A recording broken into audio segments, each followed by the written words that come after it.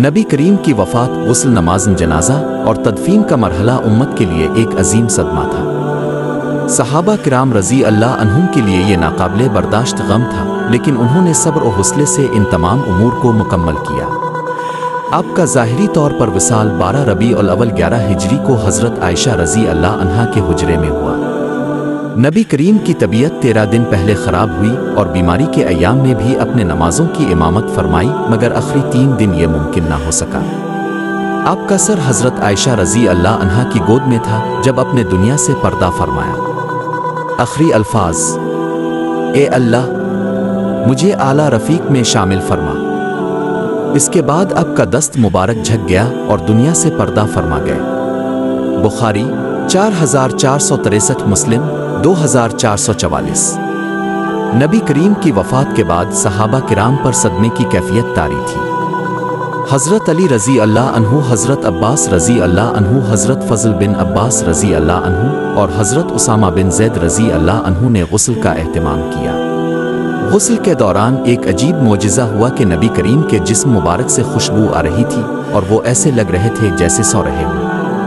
गुस्ल बगैर कपड़ा हटाए दिया गया, यानी जिस्म मुबारक पर चादर थी और नीचे से पानी बहाया गया।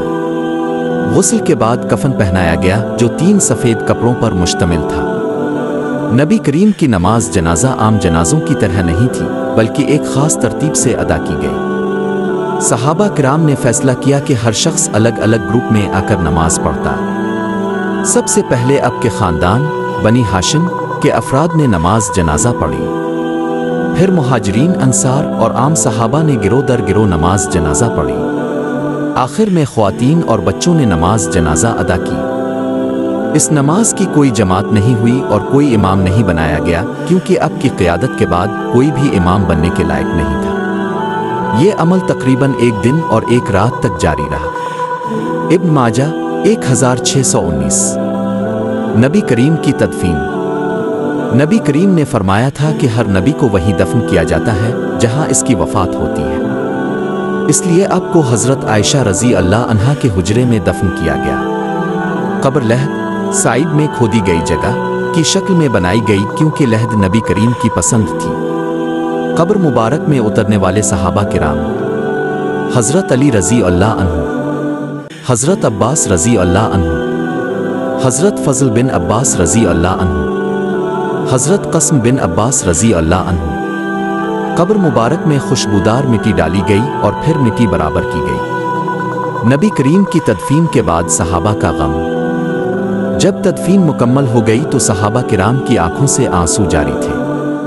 हज़रत फ़ातिमा रज़ी अल्लाह अन्हा बार बार रुकर कह रही थी, ए मेरे अब्बा जान, आप अपने रब के बुलावे पर चले गए। ए मेरे अब्बा जान, जन्नत अल फिरदौस में आपका मकाम है। हज़रत उमर रज़ी अल्लाह अन्हु इब्तिदा में इस हकीकत को तस्लीम करने के लिए तैयार नहीं थे, मगर हज़रत अबू बकर सिद्दीक़ रज़ी अल्लाह अन्हु ने कुरान की ये आयत तिलावत की। मोहम्मद एक रसूल हैं, उनसे पहले भी कई रसूल गुजर चुके हैं। अगर वो वफ़ात पा जाएं या कत्ल कर दिए जाएं तो क्या तुम अपनी एड़ियों पर फिर जाओगे? सूरा अल इमरान 144। ये सुनकर सहाबा किराम को यकीन आया कि वाकई नबी करीम का विसाल हो चुका है और सब शिद्दत गम में रो पड़े। मोहतरम सामेईन, नबी करीम की वफ़ात, गुस्ल, जनाजा और तदफीन सब कुछ इंतहाई नज़्म व ज़ब्त और अक़ीदत के साथ मुकम्मल हुआ। हर लम्हा सहाबा किराम पर सदमे और गम का पहाड़ टूटने के बावजूद उन्होंने नबी करीम की तालीमात के मुताबिक तमाम उमूर अंजाम दिए। आज भी रोज़ा रसूल पर हर मुसलमान की आंखें नम हो जाती हैं और हर दिल इश्क रसूल से लबरेज हो जाता है। वीडियो को आखिर तक देखने का शुक्रिया। उम्मीद है आप इसे शेयर भी करेंगे और चैनल को सब्सक्राइब भी कर दिया होगा।